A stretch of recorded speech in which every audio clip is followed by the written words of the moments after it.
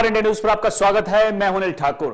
हिमाचल प्रदेश में कांगड़ा के देहरा विधानसभा क्षेत्र से भाजपा प्रत्याशी होशियार सिंह ने सुक्खू सरकार पर बड़ा आरोप लगाया है। उपचुनाव के लिए वोटिंग से एक दिन ठीक पहले होशियार सिंह ने कहा है कि सरकार ने उनकी निगरानी के लिए पुलिसकर्मी लगाए हैं। उन्होंने देहरा में 2 पुलिसकर्मियों की गाड़ियों को रोका और सरकार पर सवाल उठाए। भाजपा प्रत्याशी ने इस दौरान पुलिसकर्मियों से सवाल भी किए।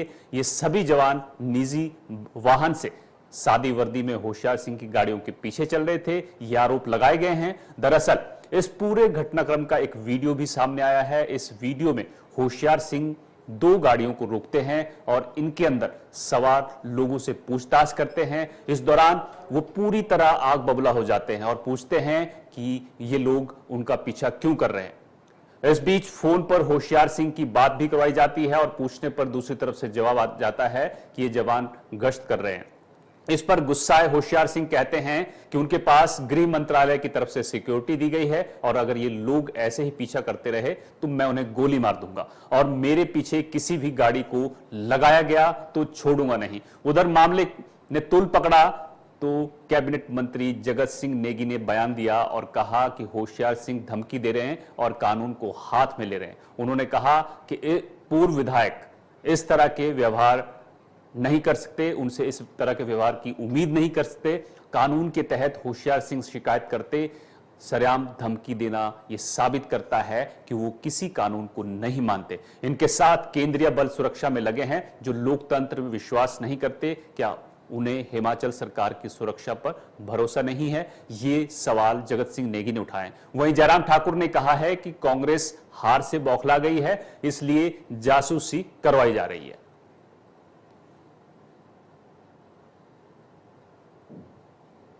गलत नहीं, मेरे पास एमएचसी की सिक्योरिटी है, मैं गोली मार दूंगा। मैं आज बता दिया आपको, अभी मेरे पीछे आए तो मैं गोली मार दूंगा। गलत नहीं, मेरे पीछे अगर किसी भी गाड़ी को लगाया आपने तो छोड़ूंगा नहीं। सिविल ड्रेस में भेज रहे हैं आप इनको, मेरे पीछे चप्पलों में मेरे पीछे वर्दी में भेजो, आप भेजना है तो।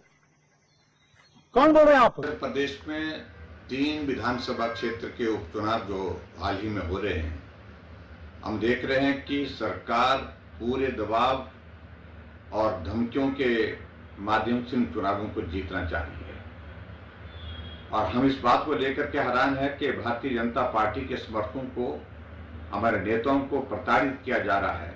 उनकी गाड़ियां थाने में जमा की जा रही है और यहां तक के विधायक रहे होशियार सिंह के साथ जो हुआ है, पिछले 3 दिन से 4 दिन से कोई गाड़ी लगातार उनका पीछा कर रही है। सिविल ड्रेस में कुछ लोग उसमें बैठे हैं, कौन है ये जानकारी अभी तक नहीं मिल पाई है और बताया जा रहा है कि वो सीआईडी के जो है वो पुलिस के कर्मचारी हैं।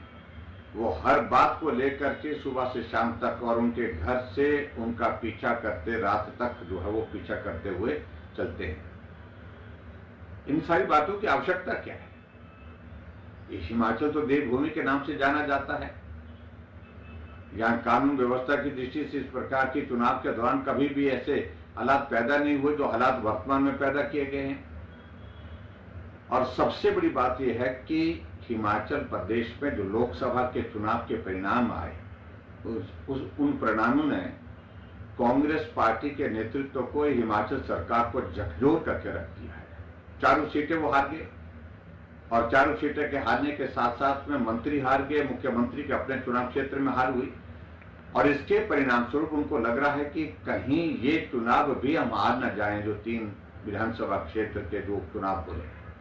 और उस तरह से विशेष तौर से जो देहरा विधानसभा क्षेत्र में जहां मुख्यमंत्री की धर्मपत्नी चुनाव लड़ रही है, जिस तरह से लोगों को प्रलोभन दिए जा रहे हैं, घोषणा की जा रही है, रात को हजारों महिलाओं को बुला करके सरकारी रेस्ट हाउस में उनको मुख्यमंत्री से मिलना, मिल करके व्यक्तिगत रूप से बात करना, और हमें समझ में नहीं आ रही है कि क्या प्रलोभन दिए जा रहे हैं, क्या चीजें उनको दी जा रही हैं। ये चर्चा का विषय बना हुआ है और लालच और प्रलोभन से चुनाव को जीतने की कोशिश हो रही है, चुनाव को प्रभावित करने की कोशिश हो रही है। और मैं इस बात के लिए तो आप सुन रहे थे जयराम ठाकुर को। जयराम सवाल उठा रहे हैं और कह रहे हैं कि कांग्रेस हार से बौखला गई है। साथ ही सीएम पर आरोप लगा रहे हैं कि प्रलोभन दिए जा रहे हैं लोगों को देहरा में बैठकर। मेरे साथ करण नंदा भाजपा की तरफ से, संदीप सांख्यान जो हैं कांग्रेस की तरफ से जुड़ गए हैं। सीधे सवाल जवाब करेंगे। संदीप सांख्यान जी, करण नंदा जी, स्वागत है आपका। संदीप जी, सबसे पहले मैं आपके पास आना चाहूंगा। देखिए, जयराम ठाकुर को आपने सुन लिया, वो सीधा आरोप लगा रहे हैं कि आप हार से बौखला गए, सीआईडी पीछे लगा दिया आपने। जी नमस्कार। जो पूर्व में मुख्यमंत्री रहे हैं हिमाचल प्रदेश के जयराम ठाकुर जी, मैं सिर्फ उनसे कहना चाहता हूं कि वो आरोप तो पिछले फरवरी माह से कांग्रेस की सरकार के ऊपर कुछ ना कुछ लगा रहे हैं, और जो षड्यंत्रों का इनकी जो भूमिका रही भारतीय जनता पार्टी की और जो नेता प्रतिपक्ष की, वो सारी के सारी सवालों के घेरे में है।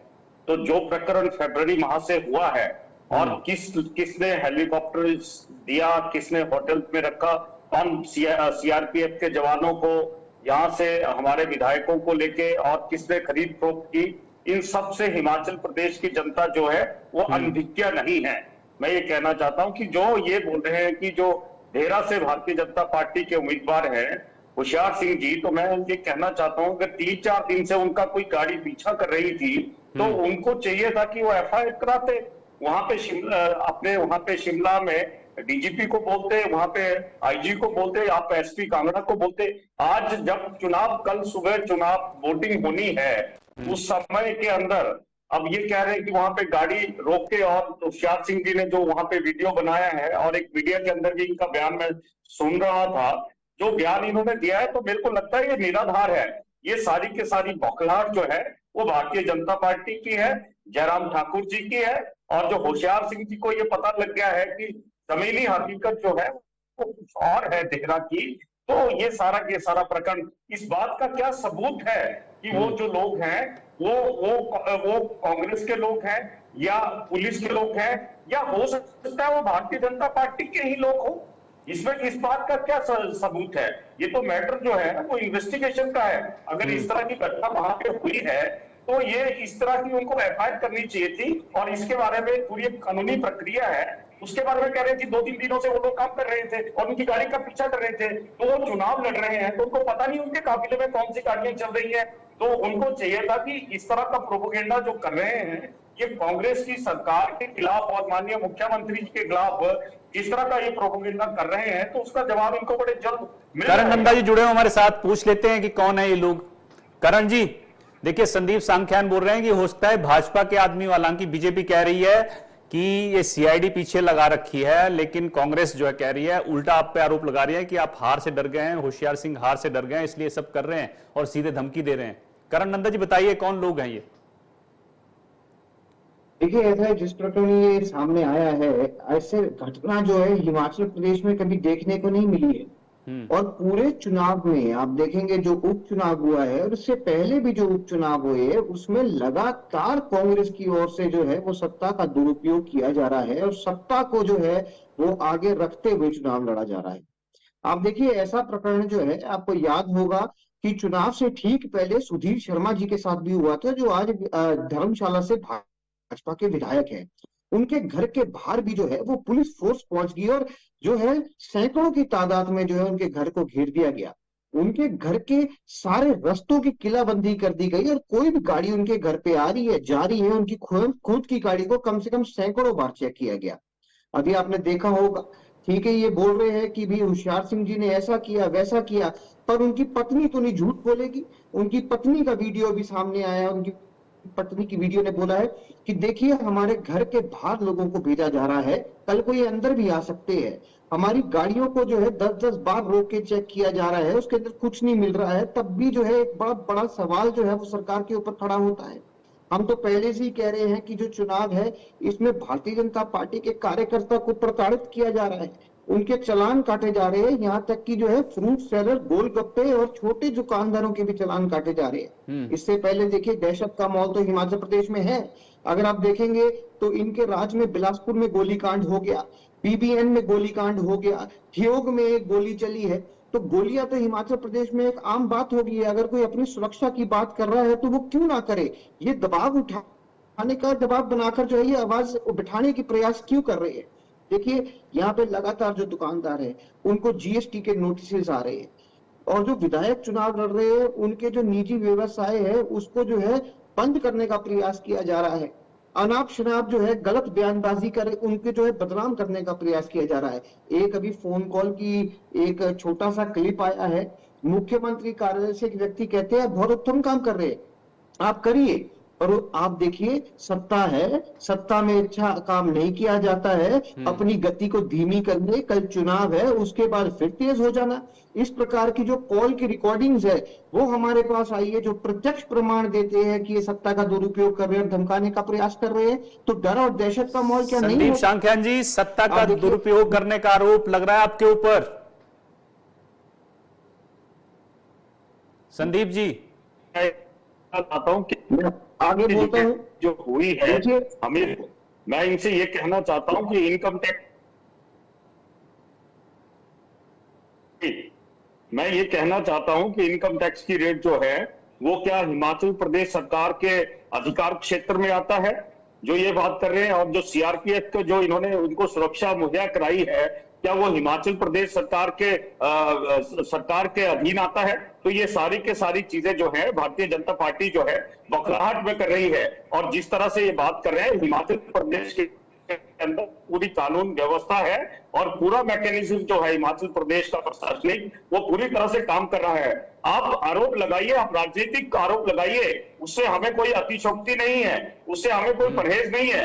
लेकिन जिस तरह की बड़ गढ़ बातें जो हैं, आप लोगों को भ्रमित करने की कोशिश जो भारतीय जनता पार्टी करती है वो तो बिल्कुल सरासर गलत है। क्यों भारतीय जनता पार्टी ये बता दे, क्या बिंदल साहब ने कोई एफआईआर कराई इसके ऊपर? क्या जयराम ठाकुर जी ने इसके ऊपर कोई एफआईआर कराई?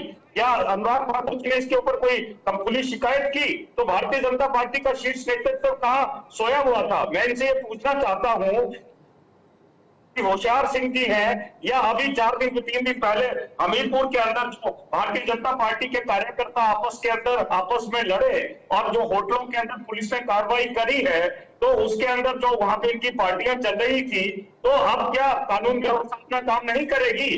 क्या इलेक्शन चुनाव आयोग जो है क्या वहां पे सक्रिय नहीं होता है? अब देखिए, चुनाव का समय है, हर गाड़ी की चेकिंग होती है, उसके अंदर कहीं कोई शराब माफिया काम ना कर रहा हो, कहीं के उसके अंदर कोई कैश लेके नहीं जा रहा हो, ये सारी की सारी प्रक्रिया जो है वो चुनाव आयोग करता है और सारी गाड़ियों की चेकिंग होती है, और वो चाहे कांग्रेस के हो, चाहे भारतीय जनता पार्टी के हो या किसी अन्य दल के हो। लेकिन मैं ये कहता हूं कि आप जो लोकतांत्रिक प्रक्रिया है उसको हमेशा चयन करते हैं। कभी कहते हैं सुबह सरकार गिरेगी, कभी कहते हैं शाम को सरकार गिरेगी, कभी कहते हैं 15 दिन के बाद कहते हैं। अब जयराम ठाकुर जी का कल का बयान मैं देख रहा था, कहते हैं कि जैसे ही कांग्रेस डेरा में आती है तो चुनाव गिर जाएगी। अरे भैया, दीपा सोरेन जो है वो लेने बात कर दीजिए, मुंगेरी डाल के शासन सत्ता जो है, आप कभी भी मुख्यमंत्री कुर्सी पे भारतीय जनता पार्टी की सरकार जो है हिमाचल प्रदेश के अंदर बनने वाली नहीं है।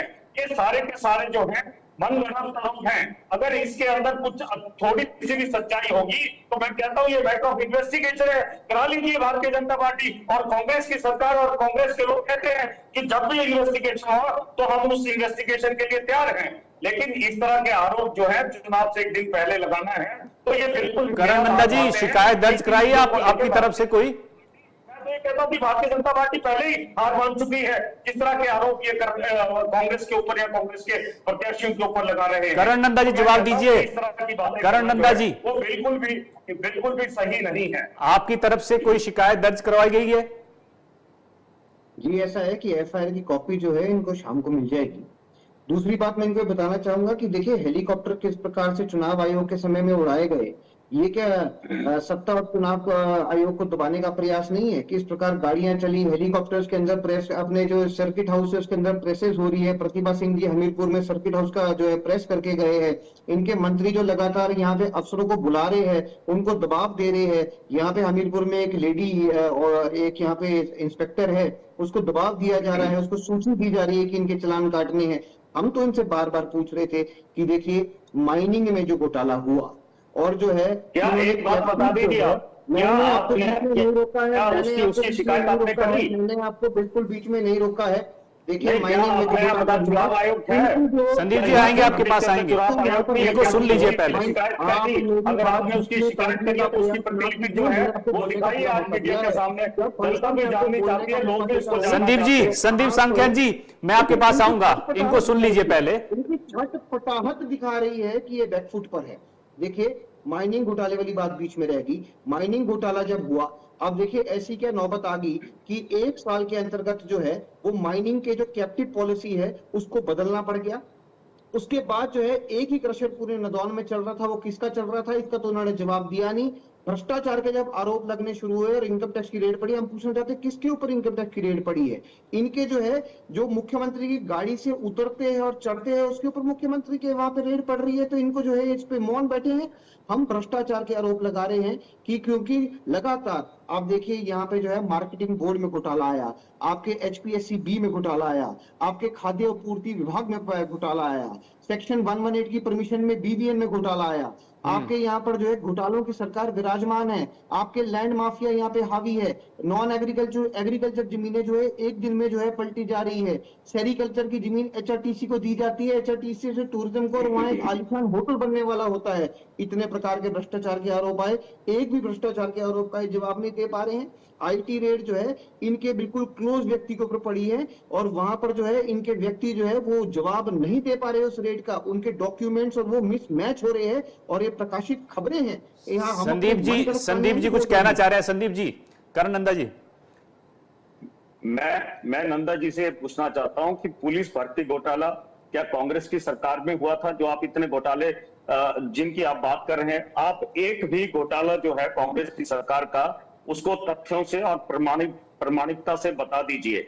जो पुलिस घोटाला हुआ है, पुलिस भर्ती घोटाला हुआ है पूर्व में जयराम जी की सरकार में और भारतीय जनता पार्टी की सरकार में, वो किसी से छुपा नहीं है, उसकी प्रमाणिकता है, आप देख लीजिए। और आप जो कह रहे हैं, आप जो हेलीकॉप्टर की बात कर रहे हैं, कोई भी हेलीकॉप्टर जो है जहां पे आचार संहिता लगी थी वहां पे नहीं गया है और किसी भी गाड़ी का मिसयूज नहीं किया। अगर किसी गाड़ी का वहां पे सरकारी वाहन का कोई मिसयूज किया है तो उसकी जो कॉपी है, कोई कंप्लेंट की कॉपी है, उसकी भी प्रतिलिपि आप दिखा दीजिए कि आपने इलेक्शन कमीशन को इसकी शिकायत की है, आपने हेलीकॉप्टर की शिकायत की है। आप खाली मीडिया में बयान दे रहे हैं और सरकार को बदनाम कर रहे हैं, माननीय मुख्यमंत्री जी को बदनाम कर रहे हैं। ये तो आपका प्रसंग बनता जा रहा है। आप जिस तरह की राजनीति भारतीय जनता पार्टी हिमाचल के अंदर कर रही है, अरे नहीं, आप देख लीजिए मिनिस्ट्री ऑफ होम अफेयर्स के जवान जो हैं और CRPF के जवान जो हैं, वो आपके लोगों के साथ, जिनको आपने सुरक्षा प्रदान करी है, आपको क्या जरूरत थी कि इस तरह से आपने इनको रिजाइन करा के उसके बाद आप इनको भारतीय जनता पार्टी का टिकट देंगे? क्योंकि इन्होंने साबित तो कर ही दिया था, राज्यसभा के लिए इन्होंने अपना वोट जो था आपके प्रत्याशी को दे दिया था, तो आपको क्या जरूरत थी आप जबरदस्ती इनको वहां से रिजाइन कराते और उसके बाद आप इनको भारतीय जनता पार्टी का टिकट दिलाते?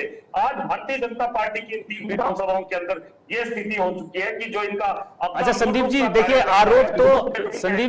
आरोप आपके ऊपर सुधीर शर्मा की तरफ से भी लगाए गए थे, वो अपने आप में 2 बार हो चुके हैं। तो आज हार से भारतीय जनता पार्टी संदीप जी, ये जो वीडियो है, इस वीडियो पे शीर्ष नेतृत्व है वो बखलाया हुआ है। संदीप जी, ये जो वीडियो है, वीडियो पे बात कर लेते हैं। देखिए आज ये आरोप लग गया, पिछले उपचुनाव हुए थे उस वक्त सुधीर शर्मा ने भी ऐसा ही आरोप लगाया था।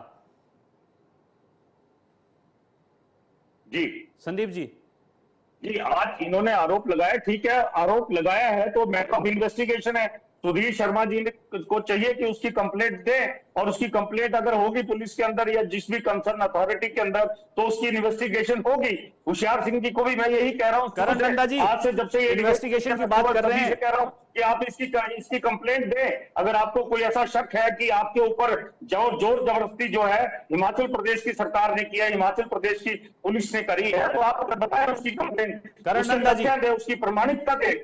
लेकिन ये तो दे नहीं रहे हैं, आरोप लगा रहे हैं क्योंकि कल चुनाव हो रहे हैं। जब इनको पता लग गया कि इनकी जमीन जो है वो बिल्कुल खिसक चुकी है, तो आज इस तरह की बात ये कर रहे हैं भारतीय जनता पार्टी के लोग, क्योंकि कैसे न कैसे कहीं ना कहीं से लोगों को भ्रमित करके भारतीय जनता पार्टी जो है वो साधुवाद की ठीक है संदीप जी, चली जाए, ठीक है, तो धर्म के लोग इनको वोट दे दें, लेकिन ऐसा होने वाला नहीं है। ठीक है, इनको पता है सारी की सारी चीजें। नंदा जी हकीकत क्या है आप, वो हम भी जानते हैं और जनता भी जानती है। नंदा जी आप इनको शाम को एफआईआर की कॉपी भेज दीजिएगा, क्योंकि ये बात कर रहे हैं कि हम इन्वेस्टिगेशन कराएंगे अगर बीजेपी कहती है तो।